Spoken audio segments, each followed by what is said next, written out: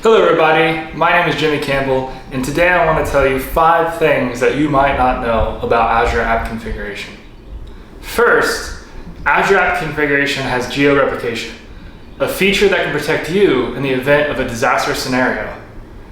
For example, if your configuration store is in West US and there's some disaster that causes West US to go down, it could cause problems when you try to pull configuration.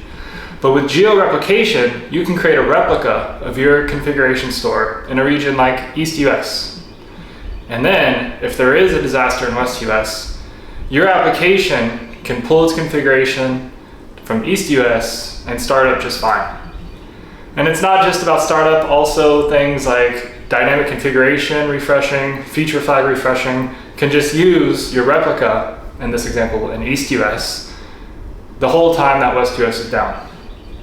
So if you created a replica today and you use our configuration libraries, you could take advantage of Geo-replication to protect yourself in disaster scenarios.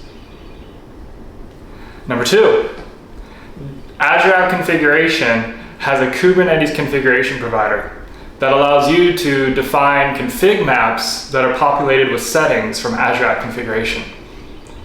So this allows you to use Azure App Configuration just like you would use the native configuration type in Kubernetes.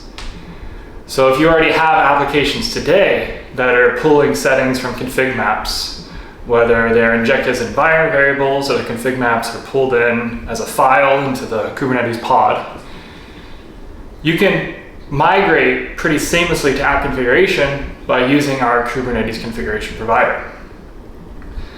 The setup steps are pretty simple. Set up an identity, give it permission to call out config, define a config map, or install the Kubernetes Configuration Provider in your cluster. That's an important part.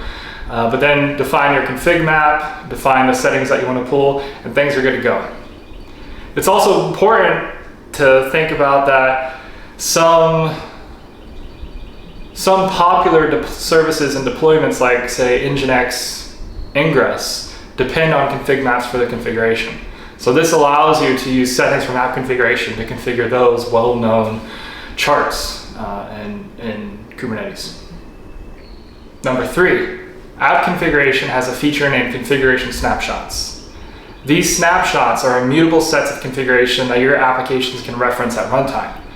Since they're immutable, you know that your settings won't be changing under your feet while your application is deployed, causing mayhem.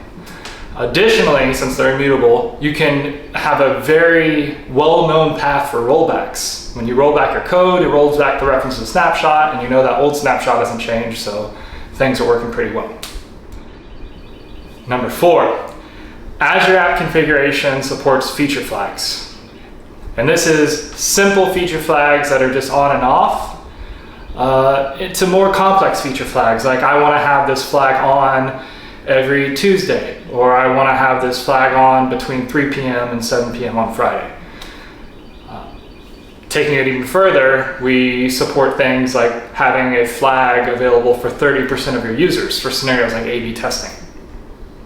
So app configuration supports feature flags. You can go into the portal and define them. You can use the CLI, and you can start using feature flags in your application code today with our client libraries. And it's important to mention that these feature flags, of course, support dynamic updates while your application is running.